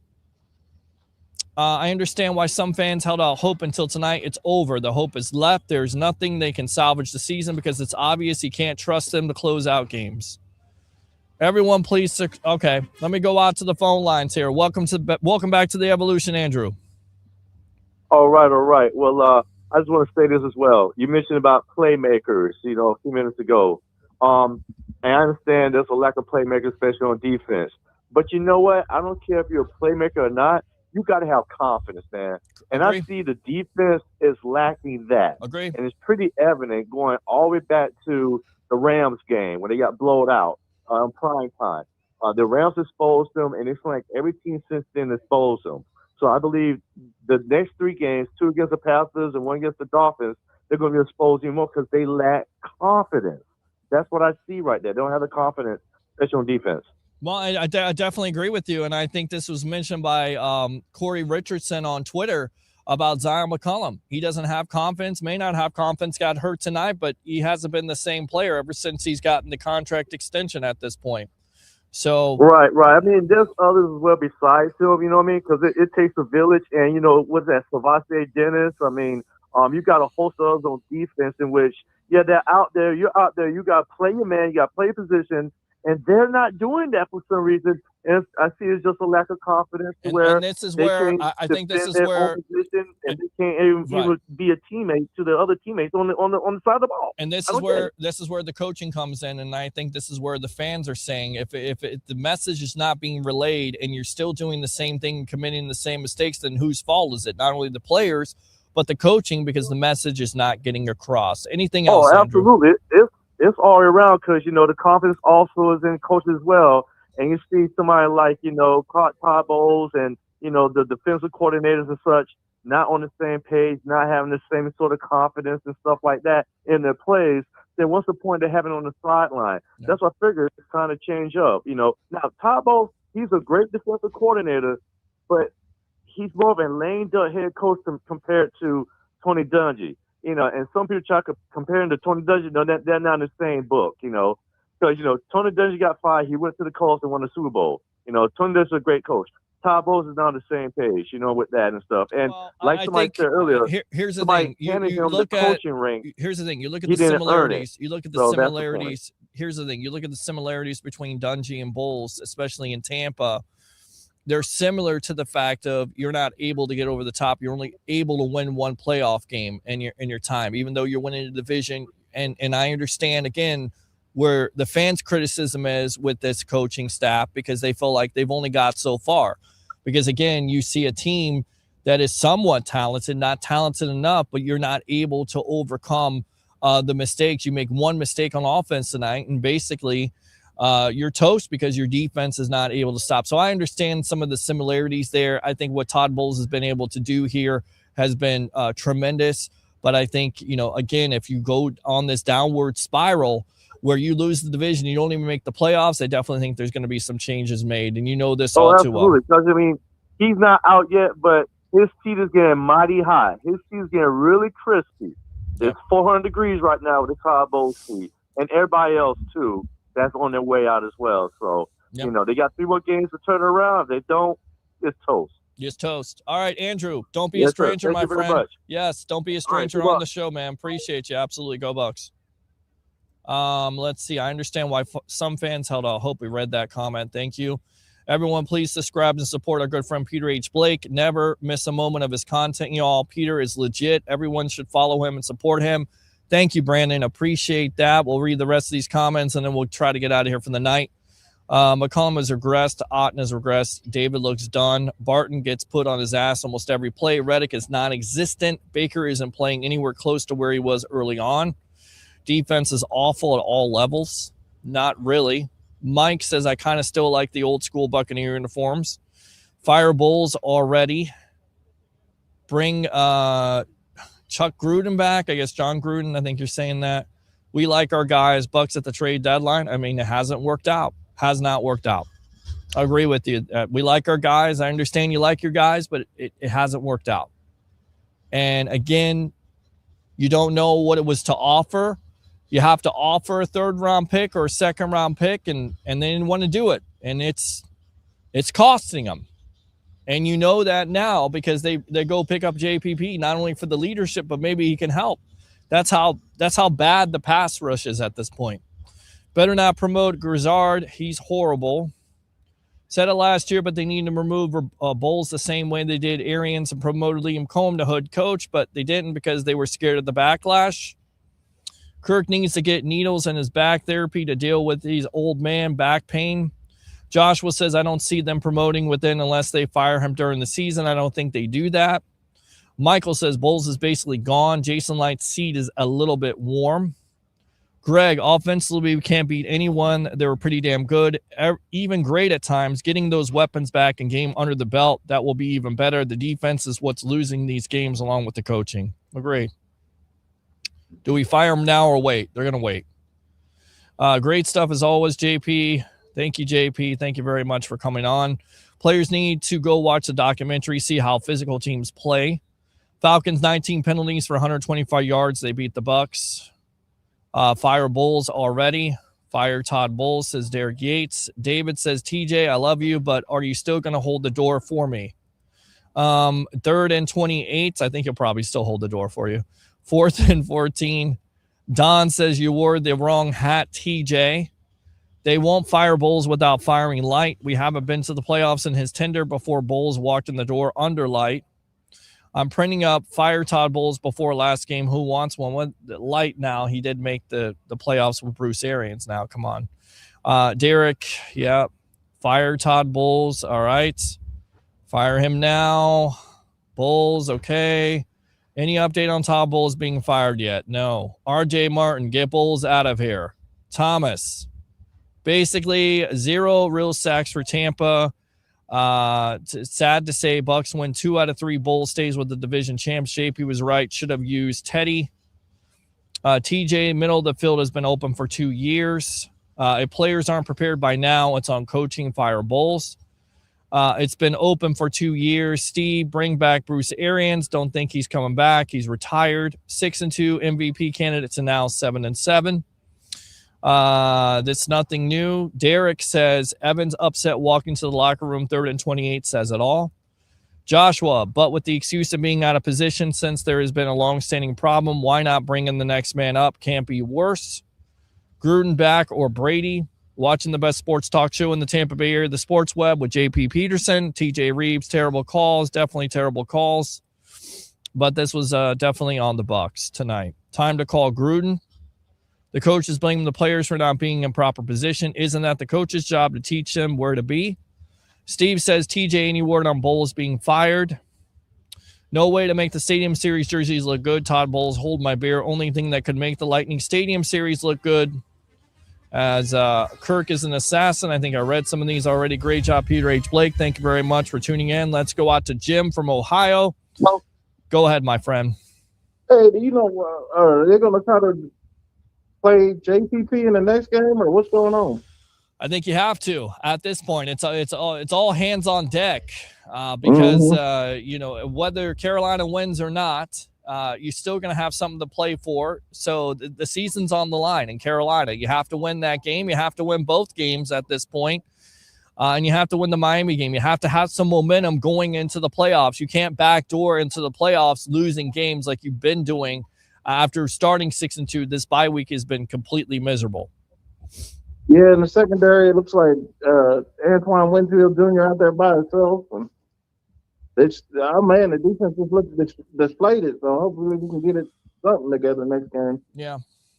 It's I don't know what the answers are. I really don't. I'm kind of befuddled at this point. I mean, there's so many things you could talk about with this team right now that's wrong. I mean, you can get excited about the offense and the offensive weapons, but you still see them being inconsistent. You still see Baker Mayfield missing some throws. Again, this offense has to outscore other teams, knowing that this defense is not able to make stops consistently. Does that make sense?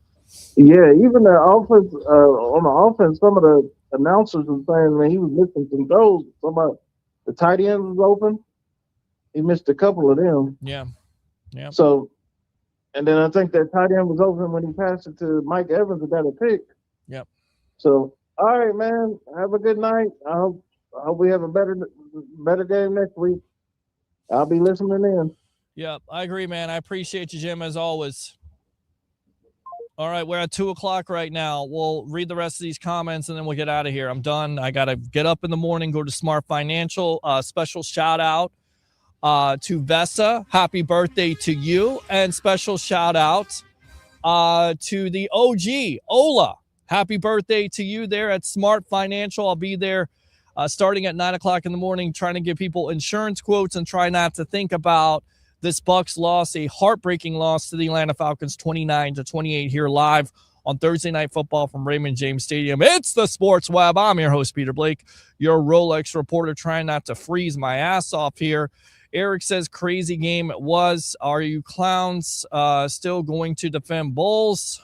Okay, thank you very much for the name calling. Appreciate that, Virgin Boys. I told you Kirk would do that. He's a Buck killer. We should have won that game.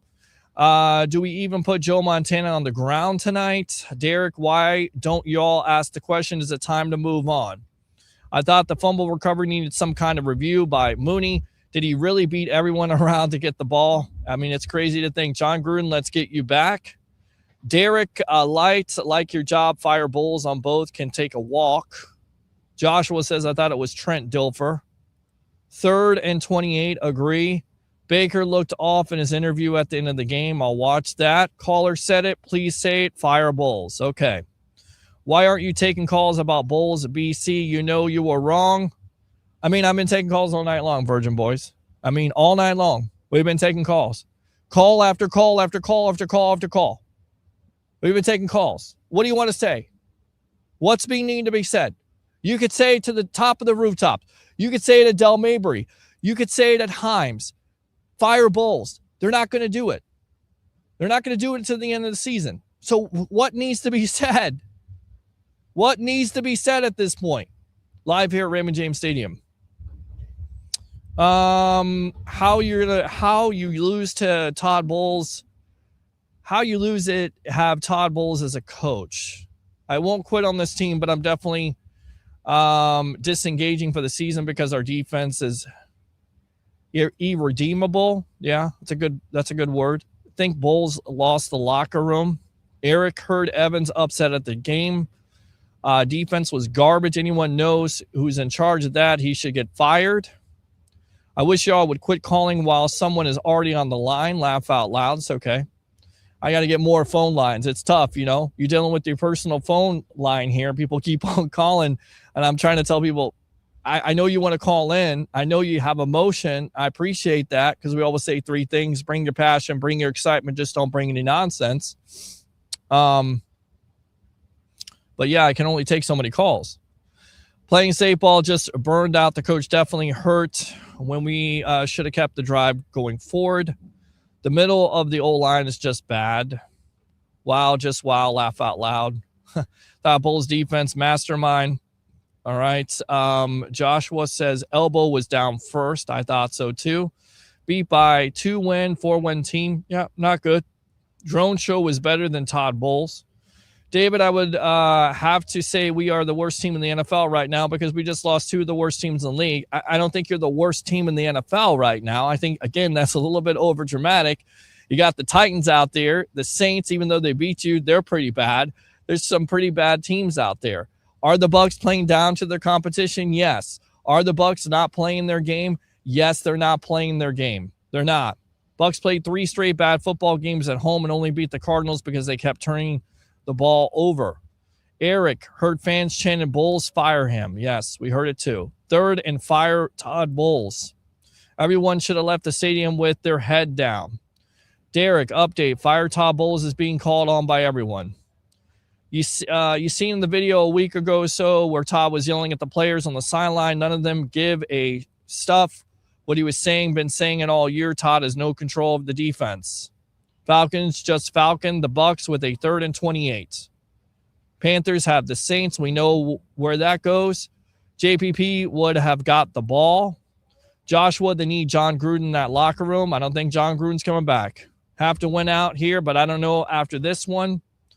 28-3 is now synonymous with Bowles and not the Falcons. Sorry, you guys absolutely own that. Whomever you are, if you're a Falcons fan, you always will own 28-3, and that's in care of Tom Brady from the New England Patriots. The Reaper is coming. Hey, wrap it up. Stadium workers look ready to go. Film outside. Sorry, I'm here in the stadium. Let's go Saints. Fire him. Players are not prepared. That's on coaching. They have to blow the whole thing up this offseason. Zion jumped offside on the field goal attempt, giving Atlanta the first down, then a touchdown. To be fair, it looked like he got onside. It did look like he got onside. In this chat, fire Todd Bowles. Y'all excited to visit the bank? Let's see here. I have no words. If Tampa had to lose, why couldn't it have been outright? No, they have to blow a 14-point lead. All right, I'm just going to move on from Derek. Derek's just saying the same thing over and over again. How many people said it last week? It wasn't going to renew their season tickets if Todd was the head coach next year. Let me go out to the phone lines here. What's your name? Where you're calling from? You're on the Evolution Live here. Okay. Well, you're gone. Rebuild. Refs certainly helped make Vegas happy, but Bulls needs to go. Team also knows it doesn't matter what it did on the first and second down. All you got to do is get to third because Todd's going to run a zone. Doesn't matter. Let's go here. Shayna, thank you very much. DJ, Kitty, we should have won that game. Seattle's second and third best team in the NFC. Fire all the coaching. The refs couldn't have done much more to help us win. 20-something penalties on Atlanta. This team, laugh out loud. 3rd and 28, 4th and 14, can't get a stop. Thank you very much, Sheila, for tuning in. Appreciate you. Bucs got a lot of work to do. Let's go out to the Marine. Marine, go ahead. Hey, Pete, how you doing, buddy? Hey, man, I know a lot of us fans are angry tonight, and rightfully so. Yep. I just don't know what's going on, man. I mean, it's just I really don't. I know dogging our team out and insulting and name calling. I mean, it's not gonna change what happened. But I mean, it's beyond embarrassing, man. I'm just so lost for words because, I mean, who would have thought that you'd come in and lose to another division team that really has just not been good all year. I mean, you had every opportunity. And, you hand the game away pretty much. I mean, how do you give up a 3rd and 28 and then a 4th and 14 and, not recover fumble? I mean, I don't know. I mean, even some of the calls were just beyond question. Like, I don't know. Then you have the refs, but then you really can't blame the refs because that would just be weak. Because in all reality, a lot of the things we did, we sealed our own fate. It's too bad for Todd. But I think with Todd he's a great defensive coordinator. He's a great mastermind. I just don't think he can do both. I don't even know that's again, I appreciate the whole term of mastermind and we've seen some of it, but you don't have necessarily the talent and it hasn't shown up. It's not good right now. It's tough to even talk about because you don't know what the solution is at the end of the day, whether it's talent, whether it's going to turn around. And you got Carolina in the next 2 weeks here, and you got to win both of those games in order to even win in the division and make the playoffs. And this team right now doesn't look like they can win another game. So it's disappointing. I know it's disappointing for Bucs fans. I'm still out here at over 2:00 in the morning, live from Raymond James Stadium, talking to people about this. Why? Because I know the frustration is there. Absolutely, and we really appreciate it, Pete, because this is an outlet for all of us fans to get on as kind of one big family and talk about this, but it's very deflating. I just don't even know. I agree. It's depressing, man. To lose a game like this in your own house. Yeah. And just a lot of these games that we're losing. It's and it's not just one side of the ball. I mean, the defense has been very bad, but the offense hasn't really been getting it done. I mean, showed Baker some really flashes hasn't been as tonight. accurate. You had Mike Evans have a big game. It was good to have Mike Evans back. It was, Big Baker time. made some throws. Jalen McMillan nearly had a touchdown there. You had Bucky Irving with some good runs. I mean, there's still some positives. I know it's tough after a loss, to look at positives, but there are still some positives with this team. I'm not giving up on this team. You know me all too well throughout the years of watching this show. Ron, I'm not ready to say that. I'm not ready to say that yet. I'm not ready to but say that. It's getting to that point where I may be ready to say that the season could be over, but I'm not ready to say it yet. Let's see how it plays out. Yeah. Ron, I appreciate it, Marine. Thank you very much for your service. Thanks a lot for calling you over Qatar tonight, my friend. Yeah, brother. I'm still out overseas. I think what's worse about this loss, though, Pete, is that no matter where we were in the world as Bucs fans, I think when we looked at the scoreboard and saw 28-14 with 10 minutes left, you wouldn't dream of losing a game like this. But it seems like it's like, man, is it only the Buccaneers or what? But yeah, man, you can't, it's spilt milk. You can't cry over it. But it's just so frustrating. It's depressing. It's unbelievable, for lack of a better word, how we manage to do the things that we do. I just don't. How you can't get up to play a game like this. Knowing that we were up for the game. I mean, you were up 28-14. You blowed the lead. I think you were up for the game. You made some good adjustments in the second half. I think your offense started to take off. You started to get Mike Evans, and I think again this offense goes through Mike Evans. Marine, I appreciate the call. I'm going to read the rest of these comments. I'm going to get the hell out of here, my friend. All right. All right, brother. Thank you. All right, man. Appreciate you. Go Bucs. All right. Thanks for your service. John Gruden help. Sheila says, oops, they did it again. Lost to another last place team in less than a week. How do you lose to a team with 19 penalties? Wow. Where did our team go wrong? Jamie says, I've been telling you all for 3 years about Bulls. Yeah, I know. Same thing over and over again, Jamie. Fire Bulls. No solutions at all. Not at all. Just fire Bulls. Todd was pissed. He cursed up a storm after the game. I've never liked Bulls. Okay, great. The passing defense looks like this every year. No other team leaves guys this open consistently. Todd doesn't have an answer. Bottom 10 pass defense last year after year. I like to see players from both teams meet on the field, kneeling and praying together. It's about more than a sport. Good stuff. We need some passion. Bring back Gruden. Let's see. Todd has a healthy offense, good offensive coordinator to cover for his awful defense. He can't. But who made the move to get the great offensive coordinators in the Dave Canales and the Liam Cohen? Does Todd Bowles get credit for that or no? We're just gonna leave that out. Who made that decision? Like, I'm not saying Josh Grizzard is the answer, right? But I think, some grace has to be thrown his way because you haven't had a full complement of weapons. Now you do. So we'll see how it works out. You cannot saw pass defense has been an issue for him in 7 years. Shayna, you think so? So I thought we had no work to do 5 weeks ago. Just listening to the interview from JP and Bowles doesn't even sound authentic when he was cursing. Special teams, special ed, almost as bad as passing defense. Jeff, anybody can answer this. Do you think the players stopped playing for Todd Bowles? I don't think they stopped playing for him. I don't think they stopped playing. I've been saying that Jason Light is not that good of a GM. He rode Bruce Arians' coattails, didn't even start winning anything until Bruce came in. His record was horrible prior, but he built the team in front of him. The kicker from the Falcons is sketchy. All right, I don't know what that is. Robert Saleh can fix this. Another defensive coach. I don't know who drafts a kicker in the second round. You know what? Kitty Cats are going to run through the Aints. Todd should never been the coach here. Thanks, Jason Lights. Whoops, keep calling. Todd failed Ford. I know you didn't call back to say that. Okay, thank you very much for all these comments. I'm going to go Jeff here. Joshua, yes, he did. Weird. If you blame the jerseys, you are a moron. Boy Wonder, even Peter, I'm so pissed. I'm over the bleak coaching staff. It's a failure to make players accountable for poor decisions. It's time for a change. Ed, call again. This is on coaching and players.